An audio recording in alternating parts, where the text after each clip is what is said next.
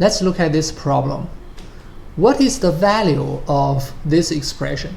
It's a square root of something square plus a square root of another something square. This problem is not very hard. It is testing your understanding of radical numbers and the understanding of the squares. However, there's a little trap in this problem, and you got to be careful. And some students may very likely get a quick answer of C, because they think that, okay, I got a square root and I got a square. So the first part of this expression basically equals 3 minus 2 times square root 3. And the second term of this expression equals 3 plus 2 times square root 3. And then they cancel out these two items. They'll draw this conclusion, 6. So that's basically a matter of 3 to 5 seconds. And some of you may don't even bother to write this out. And you may just stare at it and get a obviously wrong answer, because this is a trap. And the trap is with the first item, with this one.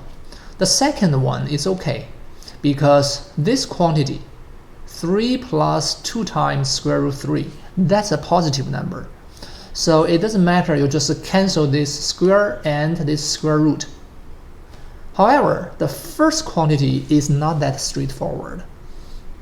And the simplification of this quantity is very wrong, because this quantity, I'll rewrite it, 3 minus 2 times square root of 3 is less than 0.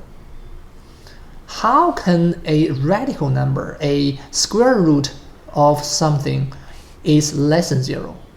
So if you knew that it's a negative number, then probably you wouldn't do the same thing. But somehow some students are not careful enough. They want to jump on the solution right away.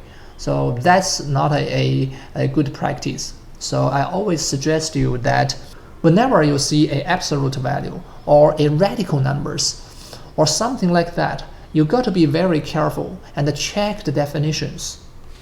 And some students may wonder why this is a negative number at all. So that question is very easy to answer, because you got to know that the square root of 3, this roughly equals to 1.732.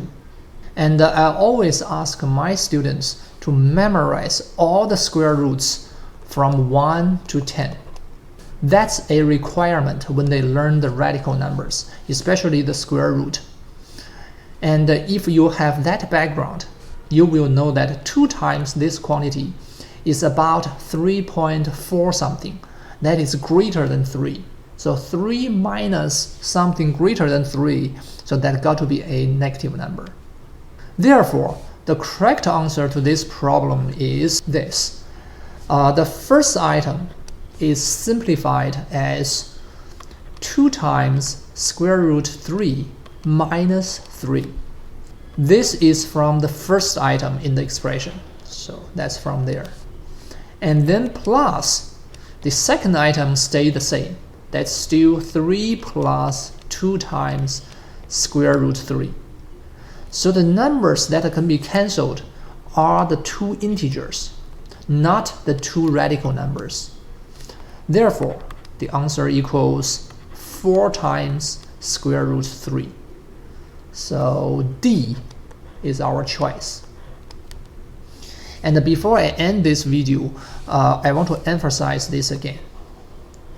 I recommend all the students to memorize the square root of the numbers between 1 and 10. That is square root of 1, square root of 2, all the way up to square root of 10. Especially when you prepare for the AMC8 or AMC10 or AMC12 tests. And this is very crucial. And on many occasions, this can help you unexpectedly. So that's my suggestion. If you like this video, please give it a like and subscribe the channel. If you have questions, please leave a comment.